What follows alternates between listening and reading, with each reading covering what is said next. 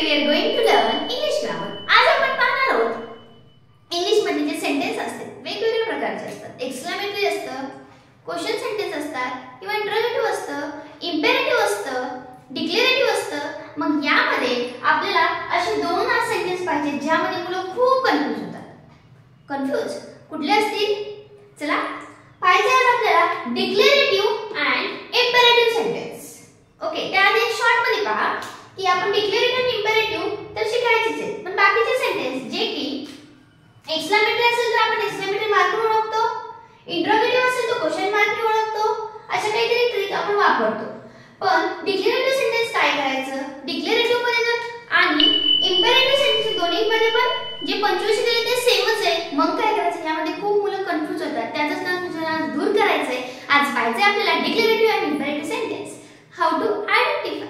Okay, त्याआधी जर तुम्ही चॅनलला नवीन असाल तर सबस्क्राइब केलं नसेल तर करून घ्या. ओके, कारण तुम्हाला अशाच प्रकारे आपण नवीन इंग्लिश शिकून इंग्लिश परफेक्ट बनायचंय. ओके, चला first declarative sentence.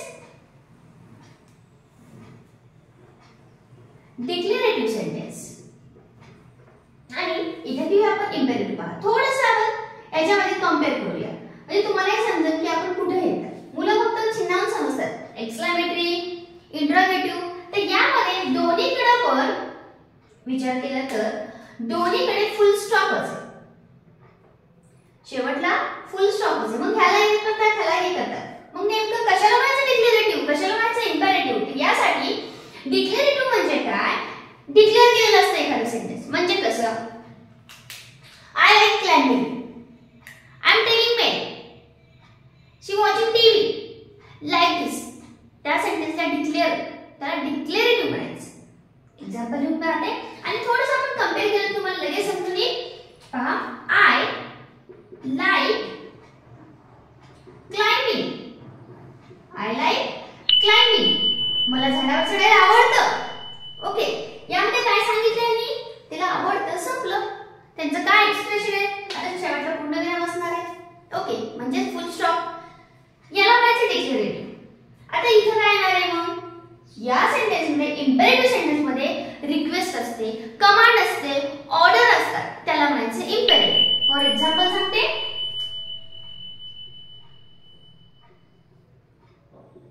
Shut your mouth.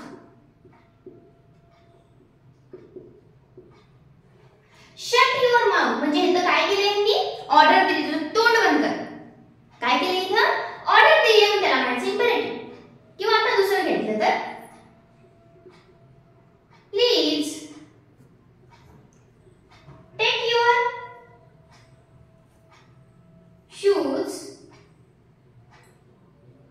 Shoes off before coming in. थोडंसं मोठं सेंटेन्स आहे, हे पण समजलं पाहिजे. पहा इथं काय म्हणले? Please take your shoes off. तुमचे जे काही बूट आहेत, शूज आहेत ते बाहेरच काढा. Before coming in. तुम्ही आत यायच्या आधीच तुम्ही शूज काय करा? बाहेर काढा. या प्रकारे इथं काही नाही, एक रिक्वेस्ट केली. ऑर्डर नाहीये, काही नाही. इथं काय केले? रिक्वेस्ट केली. मग याला म्हणायचं इंपेरेटिव्ह सेंटेन्स. ओके, अजून यातले काही सेंटेन्स घेते. पहा, द स्काय इज ब्लू. काय सांगितलंय? आकाश निळं आहे. याच्यामध्ये काही रिक्वेस्ट आहे, ऑर्डर आहे, कमांड आहे? नाही. म्हणून याला म्हणायचं डिक्लेरेटिव्ह सेंटेन्स. याला काय म्हणायचं? Declarative sentence. अजून बघा, आय आता लाईक क्लाइम्बिंग आहे, लाईक माय डॉग. झालं. दिस इज ऑल्सो डिक्लेरेटिव्ह सेंटेन्स. हे सुद्धा एक डिक्लेरेटिव्ह सेंटेन्सच आहे. परत ते अजून एक्झाम्पल घ्यायचे झाले तर ही इज 8 years old. ही काय? ही 8 वर्षाची आहे. पाहण्यात काय आहे का? कमांड आहे, रिक्वेस्ट आहे, काय आहे का? नाही. म्हणून याला सरळ डिक्लेरेशन. तुम्हाला सिंपल सांगितलं, डिक्लेअर केलेलं असतं. He is watching TV, she went there. याच्यामध्ये काय सांगितलं? सरळ सांगितलं, तिकडे गेला, तो बघायला, तो बसलाय, तो जेवायला आहे. साधे साधे वाक्य असतात, त्याला म्हणायचं आपण डिक्लेरेटिव्ह. ज्यामध्ये रिक्वेस्ट नसती, कमांड नसती, ऑर्डर नसती, त्याला म्हणायचं डिक्लेरेटिव्ह. त्याला काय म्हणायचं? डिक्लेरेटिव्ह. पहा इथे काय लिहिलेले? I like climbing, sky is blue. Blue okay, ठीक आहे, स्काय ब्लू आहे. ऑर्डर आहे, कमांड आहे, काहीच नाही. पण या ठिकाणी काय व्हायलंय? Shut your mouth. काय केले त्यांनी?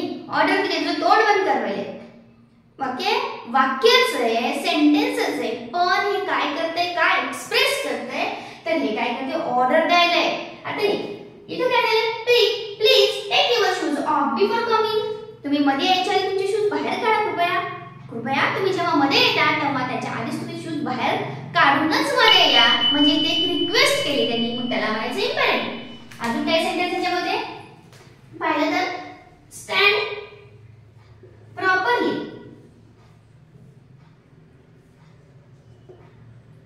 स्टँड प्रॉपरली, नीट उभा राहा. ही पण एक काय झाली कमांड म्हणा, ऑर्डर पण म्हणा. टीचर असतील स्टँड प्रॉपरली ऑर्डर दिली त्यांनी, व्यवस्थित करावं लागणार का. This is the sentence, imperative sentence आहे. ते कसलं सेंटेन्स आहे, इम्पेरेटिव्ह सेंटेन्स. अजून ते तुम्हाला ह्या वाक्य एक्झाम्पल म्हणलं तर लक्षात ठेवायचं. रिक्वेस्ट असेल तर प्लीज आलेला असतो वर्ड्स त्यात. कमांड असेल तर आपल्याला रागवतात सगळे, क्लासमध्ये रागवतात, ट्युशन मध्ये असतं, स्कूल मध्ये होतं, आई रागवते, त्यावेळेस ते जे काही फोर्स लावून बोलतात त्यामध्ये काय असतं, ऑर्डर असतात. ते सगळं आपल्याला लक्षात ठेवायला पाहिजे. Okay, shut your mouth, keep quiet now, don't make noise. अशा प्रकारचे ते काय करतात, कमांड असतात, ऑर्डर्स असतात, त्याला म्हणायचं इम्पेरेटिव्ह सेंटेन्स. अजून काही घेतले तर पहा, रिक्वेस्ट आली आहे. प्लीज शब्द आलाय, प्लीज क्लोज द डोर. हे पण एक सेंटेन्स आहे, पण कसलं सेंटेन्स आहे, हे आहे रिक्वेस्ट आहे आणि याच्यामध्ये रिक्वेस्ट दर्शवली म्हणून ह्याला म्हणायचं डिक्लेअर. इम्पेरेटिव्ह सेंटेन्स ह्याला डिक्लेअर म्हणायचं नाही, ह्याला म्हणायचं इम्पेरेटिव्ह. का, याच्यामध्ये रिक्वेस्ट आहे, याच्यामध्ये काय आहे, रिक्वेस्ट आहे. त्याला काय म्हणणार आपण, म्हणजे या ठिकाणी तुम्हाला शॉर्ट मध्ये लिहून घ्यायचं झालं तर या ना काय लिहिणार, रिक्वेस्ट, विश असेल, ऑर्डर असेल,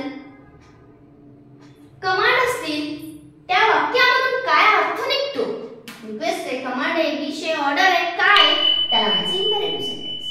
ओके, आणि सिंपल वाक्य असतं, काहीच नाही. हे असं बसलाय, तो करतोय, तो गेला, तो आला, तो बसला, हे असं आहे, ते तसं आहे, असं म्हणलं की सरळ म्हणायचं डिक्लेरेटिव्ह सेंटेन्स. ओके, इम्पेरेटिव्ह आणि डिक्लेरेटिव्ह मध्ये दोन्ही मध्ये पण तेच पंक्च्युएशन मार्क आहे, फुल स्टॉपच आहे. फक्त त्यांनी जे एक्सप्रेस करतात त्यांचं म्हणून मीनिंग काय निघतं ह्याच्यावर आपल्याला जायचंय.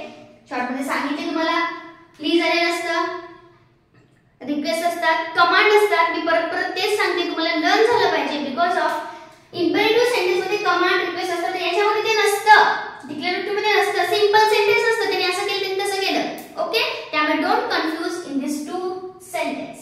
खूप मला एक्सक्लेमेटरी कळून जातं, इंटरोगेटिव्ह कळून जातं, पण ह्या दोन सेंटेन्स मध्ये खूप जण जम्बलिंग होतात, कारण फुल स्टॉपच आहे. मग कसं ओळखायचं, तर हे असं ओळखायचं. ओके, चला, काही डाऊट असेल कमेंट मध्ये नक्की सांगा. तुमच्याकडे काही सेंटेन्स समजत नसेल, डिक्लेरेटिव्ह आहे का इम्पेरेटिव्ह आहे, ते सुद्धा मला कमेंट मध्ये टाकत चला. ओके, लाईक करून